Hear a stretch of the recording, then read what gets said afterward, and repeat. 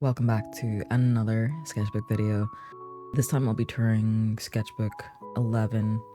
It's another one of these properly destroyed hardcover books that I definitely kept, I think, around 2014 or so. So 2014, 2015, so it's 9 or 10 years old. So you can forgive the spine, hopefully.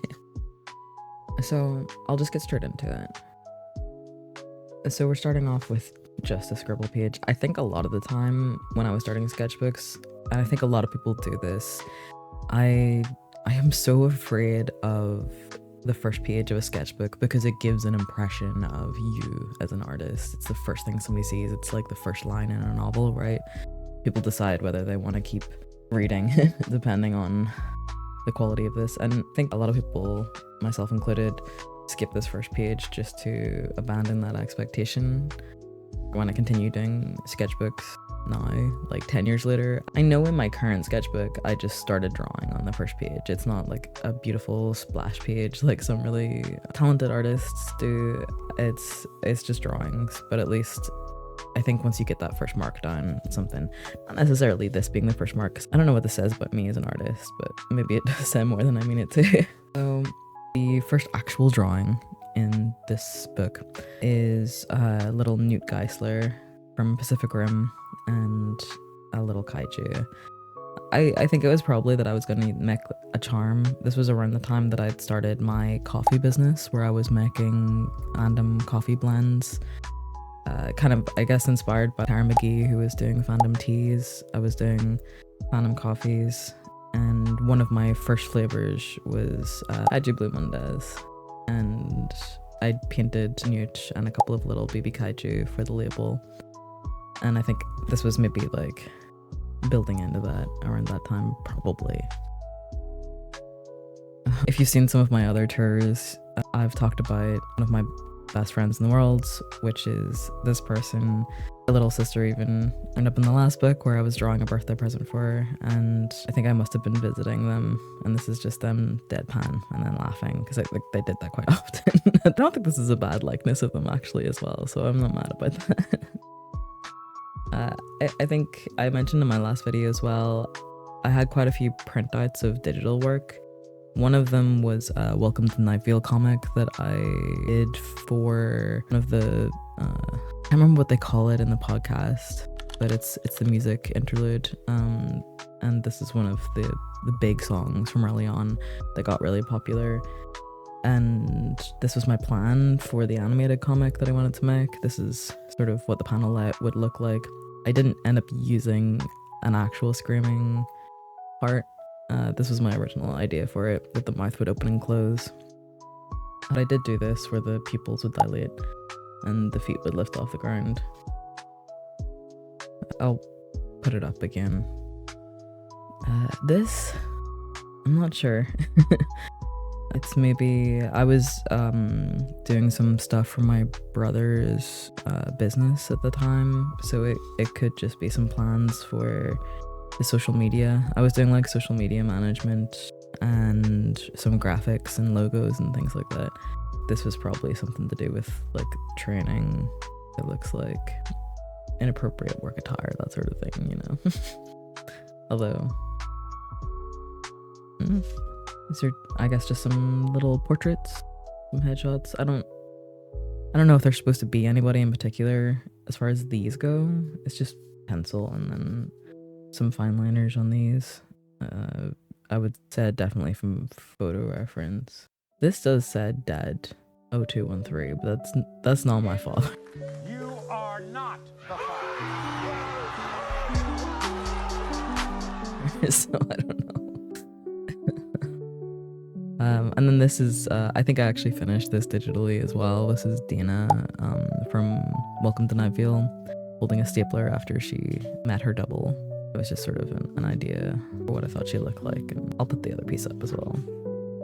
These are some more little sketches. I think this was probably supposed to be my former, at this point, roommate Rob. And this is Silent Bob. Maybe I was watching Dogma again because I really loved that movie a lot when I was growing up. Seems likely. And these, I don't know what these are, but I think there's some little sketches here for Keurings maybe. It's like Adventure Time, Welcome to Night Vale. It's pretty faint. I obviously don't have any art on it, but I was making these little double-sided keychains because I got like 100 blanks off of eBay back at the time. I actually think I still have most of them. I did make and sell a lot of them at cons. I was in this little smoky wispy thing on them, and I think I made like a Sherlock one, Welcome to Night Vale, maybe another design, I can't remember. But if I can remember them, or if I find them, I'll put them up. It was part of my portfolio and promotion. We had to make some merchandise that we would sell with our artwork on it, and some promotional materials like postcards and business cards and that sort of thing. This is an exhaustive list of everything I might do. This was building into the Olio zine, which is, I mentioned in the previous video, a graduate book. So this was probably the sketchbook I actually worked on it in, whereas in the previous sketchbook I had some printouts of the finished piece, and I will put it up again at some point. I have a feeling that the actual sketches are further on in this book where the development was. And these, which I hopefully don't have to censor, were early sketches for a series of square prints that I did based on characters that either really, really loved bees or really, really hated bees. So this is Jimmy Price from Hannibal, Sherlock Holmes, and Castiel. Benedict Cumberbatch really got a battering back in the day, I think, on Tumblr, but, you know, I still feel like he's recognizable, so. The more Welcome to Night Vale stuff, I guess I was probably really into it at the time. It maybe became my entire personality for a little bit. I'm sure I cosplayed Cecil at least once, and I think I had a Carlos RP blog briefly. It didn't really go anywhere. I lose interest in things very quickly. I love them very passionately and very intensely for a very short period of time. It burns bright quickly. And that is still the case, but this is definitely a Night Vale sketchbook. So I don't know if I just found it on Tumblr or I made it, but I know there was a 30-day challenge that I was doing for a while. So I think some of these prompts probably relate to that. We got this, Cecil and Carlos, and some cuddling Cecil and Carlos, which, you know, the pose is awkward and weird, but it's not horrible. I don't hate it. And then we have Old Woman Josie, and then I did a meal version of her. It was probably a prompt for that 30-day challenge. These are some of the angels. I was trying to design what I thought they would look like. Old Woman Josie, I guess if you don't know, had a bunch of angels that would hang out around her house and help her change light bulbs and that sort of thing. And she would knit them jumpers, which is why this one has a How's My Flying jumper. And these were some little silhouettes for body types that I considered using. And this is, I would assume, Carlos falling asleep at his computer with the text "Follow the Purple Moon," which I'm sure was a reference to the show. It's been so long since I listened to it. And this is coming through from the next page, I think. Yeah, this is a little girl jumping in some leaves. And some notes from class, another angel, and Old Woman Josie meal version with, I'm guessing, my final design for the angels, although I don't like it. I don't like it now, maybe I liked it then, but the purple was an interesting choice. I guess it ties into Night Vale, but I don't know. This will make sense to people who were really, really active on Tumblr fandom spaces circa 2010 to 2015 or thereabouts. Gender quote-unquote swaps. But if you were around back then, you would know that it was really common to take male characters, make them female, take female characters, make them male, everything under the sun. There was fan fiction, there was art, there was cosplay, there was everything. So this is a whole spread of me doing just that. Is we have Newt Geisler, and I think this was me being funny because I don't even know if this is accurate, but because Herman is the name of the other character from Pacific Rim, I changed the female version to Von Fry Gottlieb. I like these drawings though, all things considered. Like the little patterns in the jumper and the textures in the coat and stuff in this I think are pretty cool. And this is Newt just holding a limb of some kaiju. Over here we have Spec instead of Spock. And over here this is Shauna and Ed from Shaun of the Dead. And I don't hate these either. I tried a perspective thing here clearly where the camera is looking directly down with the tiny feet. And hopefully that comes across. Yeah, I feel like even now I'm kind of nervous that it doesn't, and it just looks like I've made her like really weird and short, but you know, it's fine. I don't hate this little Spock either. I think she's kind of cute looking. This was some visual development for the five-headed dragon character that's in Welcome to Night Vale. Hiram McDaniels, I think his name was. I was about to look that up, but it came to me miraculously. This is the actual description, I think, that comes through in the podcast, which is 5 heads, 18 foot tall, 3,500 pounds, purple head, and 4 others. I was playing around with each of them having...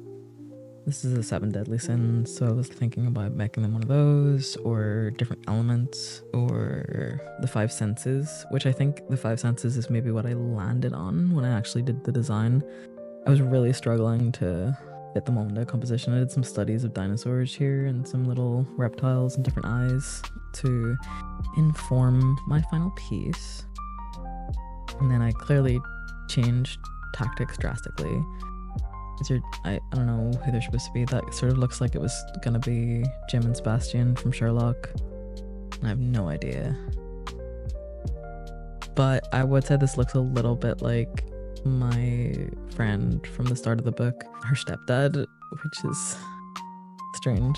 But we did joke about him a lot, so yeah. So I came back into the Hiram McDaniels piece. Literally a 5-headed dragon, who cares? And I think this is the 5 senses thing that I've gone with. So, so this is obviously smell, and then this one has multiple eyes, so sight. This one has multiple arms, so touch. Can I remember all the senses? Hearing, maybe? He has little curls, so I'm thinking maybe it's like multiple ears implied. What are the senses? Smell, sight, touch, taste, hearing. So I guess this is maybe taste with the fire thing, but I don't think it comes across very strongly now. But I guess that was the idea. And they all sort of have like a rocky sort of vibes to them, maybe because it's a desert dragon. And I was thinking about this rock formation being a mouth for this one.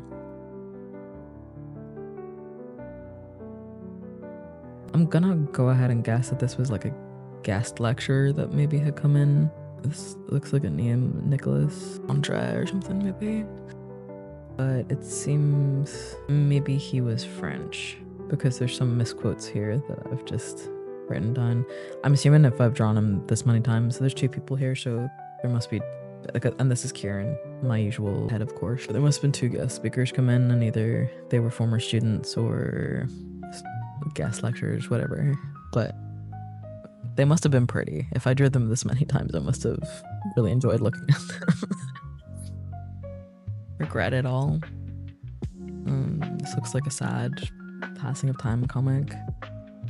I'm not sure what it's necessarily supposed to be, but it looks like time passing from childhood spent at a desk working on things until the whole place is littered with ideas and scraps and nothing's finished. I was so morbid back then. I don't think I'm less morbid now, but I don't do a lot of this. I just torture OCs now. This is a Pokemon team for somebody. I know a while back I was planning on doing, and I come back to this idea a lot, but a while back I was planning on doing a comic of a Nuzlocke run for Pokemon. The Nuzlocke challenge. Is it Nuzlocke or Nuzleaf? Nuzlocke. Yeah. I start Nuzlocke plays all the time, but then I stop them because I'm like, okay, if I do any more than this, I won't remember what happened, and I want to make a comic. And then I proceed to not make a comic and not play the game. And then several years pass, and then I start the cycle anew. I started it again a few months ago because I got an emulator of some of my favorite games. And I own them all, but they have like my champion teams. So I can't restart them, obviously. So that might have been what that was for. I was maybe planning a team. It could have just been for a trainer piece. Some of them are Pokemon that I love, but none of them are ones that I would have in my like core team. You know what I mean? I did make like a trainer card recently again that I'll put up on screen just because. But Vaporeon's always my ride or die, so the fact that they're not in this lineup means that it definitely wasn't for me. This, I think, was probably to do with that exhaustive list. I think this was an early rough for a double page spread. Based on that, I think this was literally an exhaustive list, and I was gonna put all of the different things around it. But I didn't go with this idea in the end, so. It was Carlos again. I think this was an early sketch that I had planned while I was listening to the podcast. And I finished it. I think I just took this idea and then redrew it completely digitally because I didn't have access to a scanner at the time. And my camera would have been a potato. So I definitely just did that again in probably Photoshop at the time and posted it right as the episode ended or within an hour of that, I think. This is a personal comic of an actual conversation that happened with me and two of my brothers. I have 3 altogether, and this was way back. Clearly, it was a decade ago, where we were all just playing games, or I think I was drawing or on my laptop, hanging out with him. That's my little dog, and my oldest brother just casually was like, "Are you gay?" And I was like, yeah." And then we're like, "Okay." And it was so casual. I think I had another panel I wanted to do, but it didn't fit on the page. But this was the original plan for it, and these were some sketches of how I wanted to draw my brothers. It's not super far off how they looked. I'm glad I got this as a comic. You can see I'm like literally trying to figure out perspective in this, which is good. But I still have a lot of front-facing panels, which is super not interesting. Like, this is a good start, but I should have had more angles to make it more broken up and interesting. We have another Cecil Baldwin in his fluffy trousers doing cactus yoga, which I think I felt was a very funny joke at the time, at the very least. I think this is another kaiju that I was messing around with designing, and a little Molly Hooper from BBC Sherlock that I never finished. But I don't hate the direction it's going in. Yeah, I was messing around more with patterns and textures, and you can see that from some of the other pencil sketches as well. This hand though, oof. This must have been like a Wolfstar thing. That's obviously Remus, and this is a young Remus, and I'm guessing this was like a serious.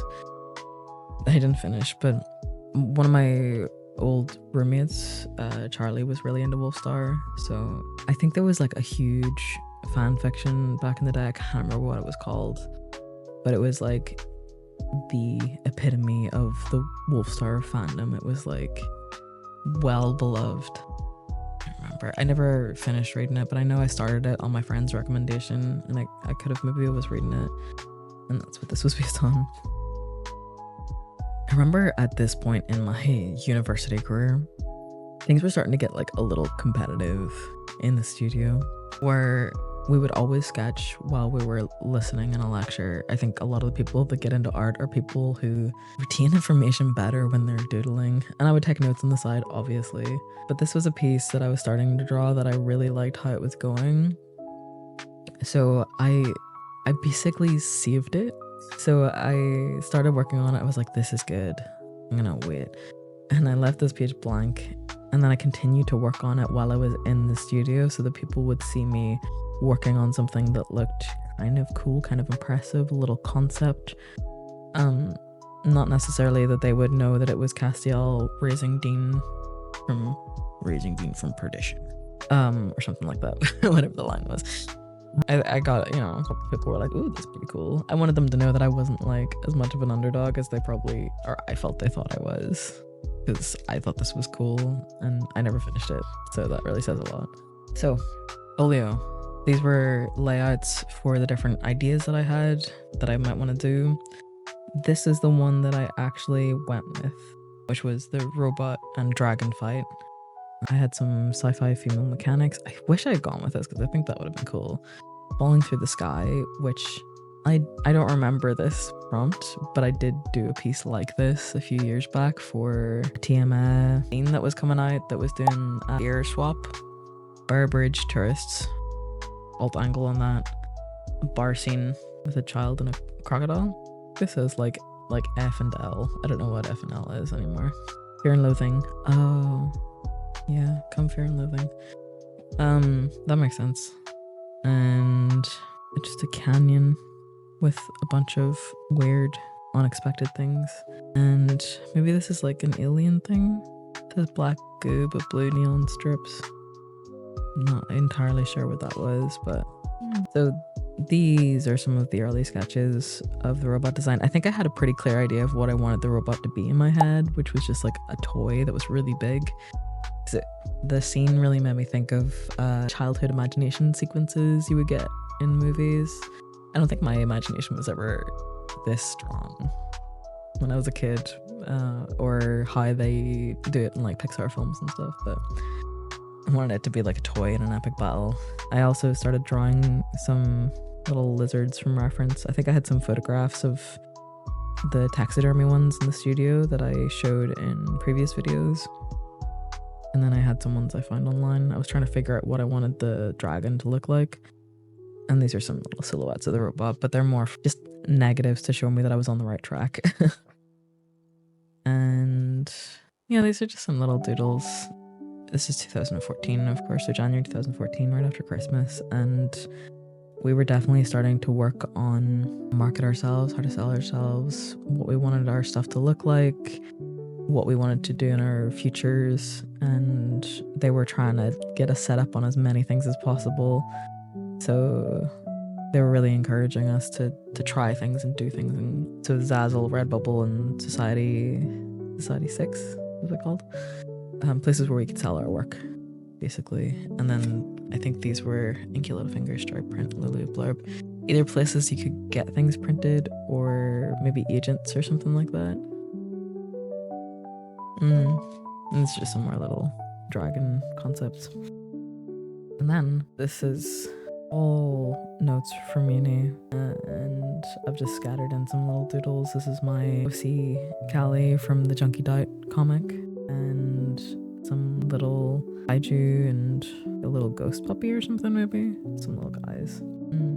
So these are some more research notes. I think I mentioned the project in previous books, but it was building into me studying different movie directors, different film directors, and using their work as an influence on a comic that I would draw, and just redraw it in the style of different directors. So these were some of the directors I was looking at. And these were some sketches for a comic that I also showed in a previous video, I think in Sketchbook 10. I had the printout of the final piece, so I'll put it up again. I think I described it as a pass the parcel comic.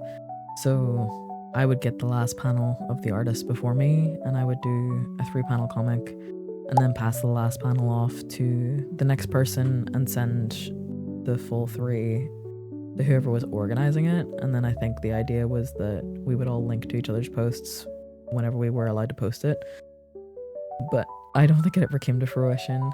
But I do like the little comic. So this was like my idea for the backgrounds and some little thumbnails of what I wanted the panels to look like. And again, I was trying to push the boat out. This was my script. And some little doodles of what I wanted the characters to look like. I like these. I like this little doodle especially better than the actual finished piece, but it's not how it always goes. So this was for something we were doing in the studio. I think we had some little prompts. I think, again, this character is like really inspired by the kid from Up. I just liked his facial proportions and the shapes that he had, and just some little scenes. I really don't know how they connect, but they're nice. There's some more stuff, I think, probably for Callie, because that looks like a version of her again. Maybe I was fiddling with the idea of them building something to move around in the streets safely with. This is a little Frog King, which is reference to a piece that I made in 2011, 2010 or 11. It was one of the first like digital pieces that I really put my heart and soul into.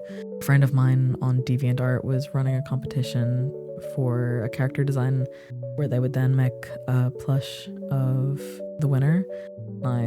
My concept was not really plushable. I think I got like an honorable mention, but no, a frog isn't gonna make a very nice plush. Not like this, the lanky little guy that I made, but I think if I remember correctly, without actually looking it up, I think it was a wizard that had been cursed to stay in the body of a frog. I'll double check that. I'll put the piece up. I think I had found a tutorial by Bobby Chu in Imagine FX, which was a magazine I subscribed to for way too long. And he was talking through some like advanced digital painting techniques, and I really wanted to give it a shot, so I did, and that was the piece that I made with the tutorial. So even though I didn't win the little competition, I absolutely loved it. I thought it was so cool. So I think this was some more notes from the previous thing that I mentioned where I was looking at directors, and this is again Kieran, but if his head was really tiny, obviously. I'm guessing at least one of these is from photo reference, probably this one, but this is my nephew, a couple of months apart, maybe 2 months old there, and he was much older. Both asleep. He was the first child to be born in our family from my brothers, so it was just really exciting because they're such little dolls. I don't know, they don't look real, they look animatronic. When we were babysitting them, they would just fall asleep, so they were really easy to draw. 2014 again, so this is my friend Natalie from earlier in the book on her laptop. I was visiting her at the time. It's not the kindest picture I've ever drawn. I've cut a page out here, but this is a little robot design. Not a very good one, but... And I'm not sure what this is. But that does shut up Mrs. Hudson, so I guess it's a Sherlock Holmes thing. Corn, fancy corn, and whoa. I think this was a value study that we did as a workshop, maybe with Georgina. And we had just a bunch of paper cutouts of texture. I think we did like a painting of something with a high value range and then tried to recreate it with textures. This was another thing, I don't know if I can put this on YouTube, but we'll see. This is another project in the studio where we were doing The Isle and the Pussycat, but reimagining it. I did some character designs. I decided that the pea green boat would be a strip club, and I did that as a scene. I don't think I finished this, but I really don't know if I can do it. This was a game of Exquisite Corpse that we did. If anybody doesn't know what that is, I'll show you. So, you start with a piece of paper. The body is divided up into however many players there are, but ideally about 4. You fold the paper up that many times. You draw the head if you're starting, and then you draw a little bit of the bottom on past the fold, and then the next person draws the torso. So this was Jacob, and then he folds it up so that the other bits can't be seen, draws a little bit past. The next person draws their piece. This was Amy, and then they draw a little bit past. The last person draws the feet, and that was Sophia drew the feet. And then we had to draw it into our sketchbooks as one creature. It's called Exquisite Corpse. It's a really fun game. We actually did it recently as an art club, and if I'm allowed, I'll get their permission. But if I'm allowed, I'll post the different pieces that we did. It was pretty silly. This is one of those Tumblr sexy men. Newer episode of Don't Hug Me, I'm Scared had dropped around this time, and the clock from it really took off as a character that people really liked. And this was a watercolor piece that I did of an anthropomorphic version of him, a human version of him. Yeah, it's a look. This is a tree. I think it was a tree that had been during our visit to the Forest of Dean, and I think I just had, it's just a chisel tip marker and some fine liner, no pencil sketch, just vibes alone. I kind of like it. It's a cool vibe. These are some people that I went to uni with. The nicest of sketches. I think actually these were probably me trying to draw them without looking at the paper. It would make more sense for how that's spaced. And then these were me just actually looking at them. No wonder I didn't have any friends. This is, I think, Lewis from the previous page again. And this is Surrey McKellen. I was working on a digital painting of him probably around this time, or maybe this is in reference to one that I tried to do, but I never finished it. Either of them, clearly. This is Angus and Nick Harris. I'm not sure if those are characters from a TV show or... It looks familiar, so I think this is a lecturer. Could have been a guy who took us for our animation module, which would make sense, because it looks like he's turned to look at a screen. It does such software here, so... And I think this is some drawings of actress or a model, maybe. This looks like a scene from a movie, but it drawn people with freckles, though. I really like the textures and stuff I got in here. My pencil work had come on a long way from where it started. These look really nice. Anatomy's gotten so good as well. Man, if you look back at the anatomy on the drawings that I was doing whenever I started this course to now, like, it's crazy how much difference you can make in a couple of years.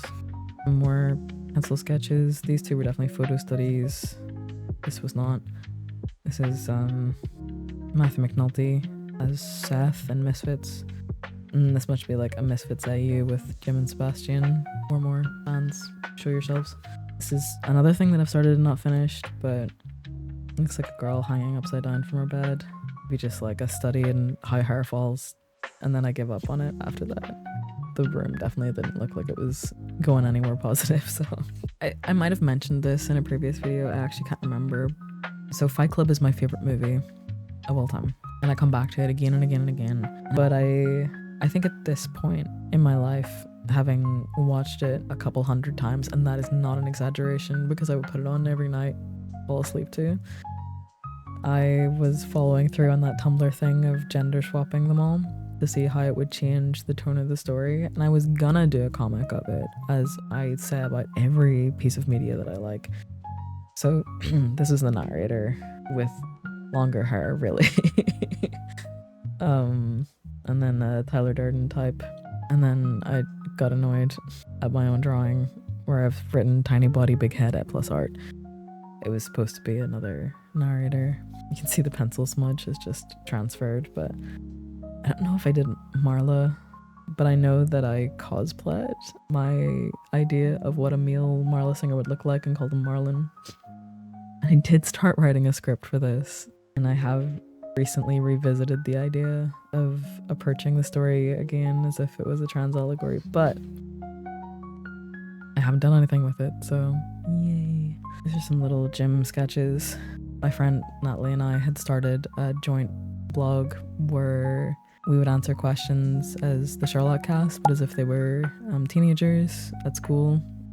So this was a little doodle of like teenage Jim Moriarty.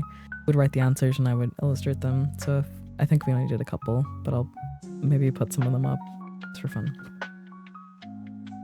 And this was when I got really into the movie Frank. I was really into the movie Frank before it dropped, because I was obviously massively a fan of Michael Fassbender. Before it dropped, I was living in Cheltenham at the time, and I think I emailed Cineworld the day that the tickets were supposed to drop. It didn't come up on the website, and I was like, hello, like, where is this movie? I need to book tickets to it immediately, as if I thought there was going to be 1,000 people turning up and every seat would be taken. There wasn't. But they did email me back and tell me what date the screenings would start. Immediately booked tickets. Immediately pre-ordered the album, which I still listen to unironically because the Soren Forbes are like one of the best bands ever. And I pre-ordered the Blu-ray or DVD or something as well. And on top of that, there's like a freshers fair in Queen's University in Belfast where they just give away a bunch of stuff. And so long as you look around the right age, they let you in. So I didn't go to Queen's University, but I went to the freshers fair, and the cinema turns up now and again and gives away the show posters. And I managed to get the huge Frank poster, the double-sided one that they would put up in cinemas. And I maybe still have it actually. But anyway, these were characters from it. This is Frank, and these are all my little blurb posts who I love dearly. And yeah, I just was so into it. It was such a good movie. If you haven't seen it, please watch it, and please don't be disappointed by it if you don't like it. Don't tell me if you don't like it, but tell me if you do. And this is one of the characters is in love with the mannequin, and this was him with the mannequin. Umbrella Academy stole the idea, and I don't take criticism on that. I think I was revisiting the idea of narrator from Fight Club as a woman. Some interesting notes. I'm not going to read them out loud. This is also me being very angry at my per drawings of Quicksilver from X-Men First Class. Yeah, they're horrible. I got the freckle on his nose, but that's it, really. Yes, this is Marlon Singer. So this was my concept for a male Marla Singer, and I would maybe shift up some things, but I don't hate this. I think the head drawing is pretty good. I'm not sure what these are necessarily. They're nice. I don't know who it was supposed to be though.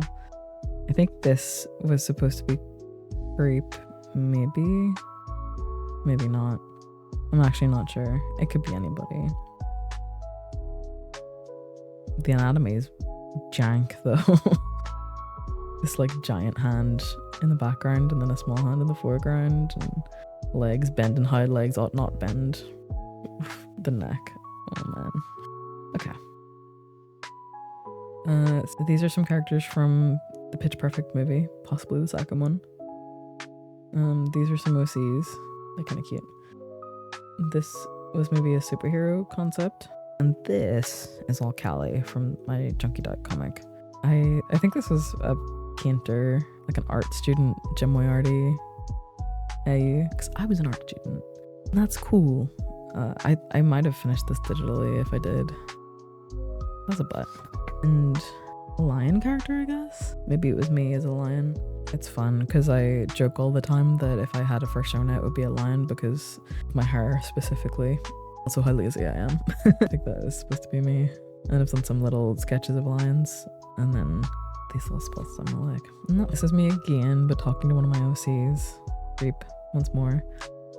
And I think this was a drawing that I did either with my mom or for my mom. I think I asked her to draw like a little girl or draw something, and she drew a little girl. And then I did like a more rendered version of it. I say maybe I did it with my mom because this doesn't necessarily look like how I would normally draw a figure, like a little ballerina. I think this was coming into October, maybe. That's how long the sketchbook has gone on for. I think these were Inktober drawings. So these were some little gendered things. I guess I was having feelings at the time.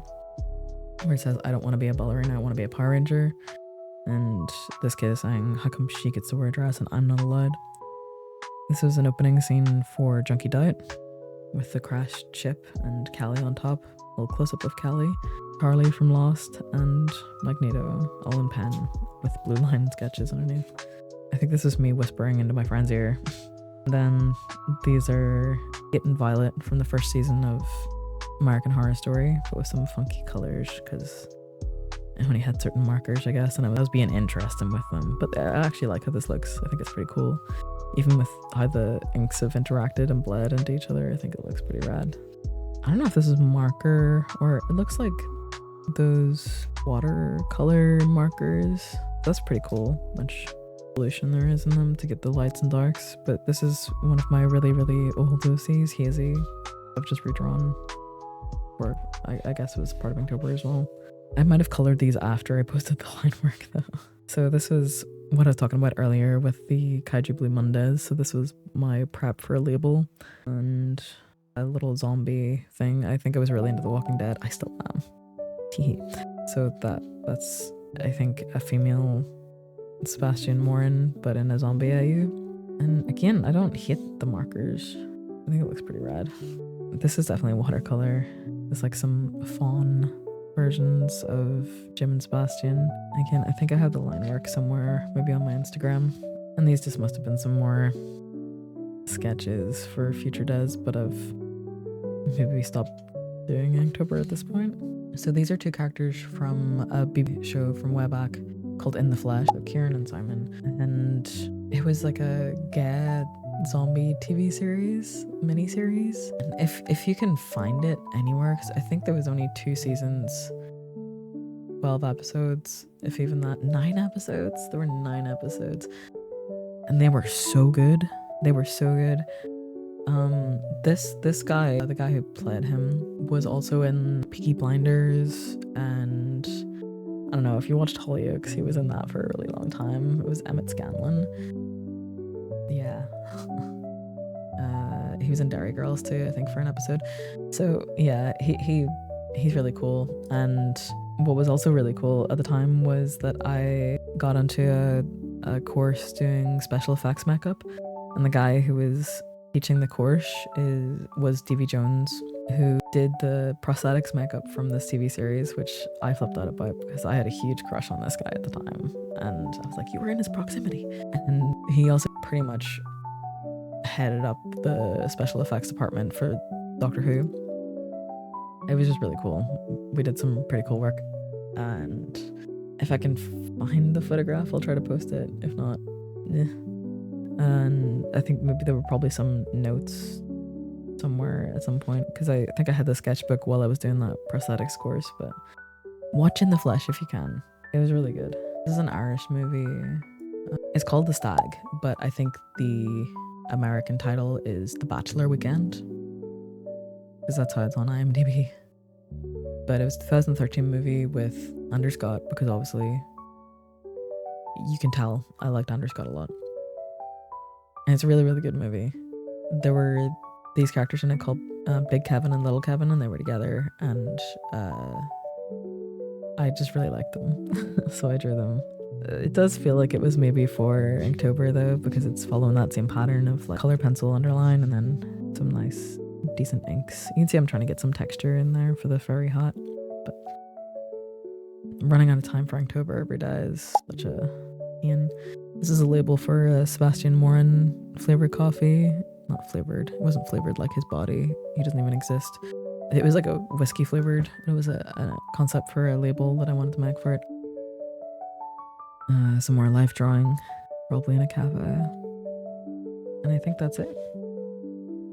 Yeah, some blank pages. Dox myself. Had some chords in here. This looks like for a Tim Minchin song on ukulele, so I guess if you need chords for Not Perfect on ukulele, this is them. And this is some Pokemon stuff. I have no idea what it is. There's like a schedule here. And some notes for maybe Inktober. Or, oh no, this is the 30-day or 20-day challenge. The Nightfield thing. And this is some card I was just using to catch my ink feed through. And some chords probably I was trying to learn at the time. Yeah, that's the book. Thank you so much for bearing with me. If you've managed to watch this far into the video, thank you so much. It means a lot to me. If you could please like, if you want to see more, subscribe, leave a comment. If you have the time, let me know what you thought of the book. It does a lot for me. I'm really appreciative of anybody who takes the time to do that. I have maybe 3 or 4 more sketchbooks to go, and then I'll start to post fresh content and not just hurrying through incredibly old books. So if you're interested in that, yeah, please do stick around, because it just keeps getting better. But yeah, thank you, and I will hopefully see you in the next one.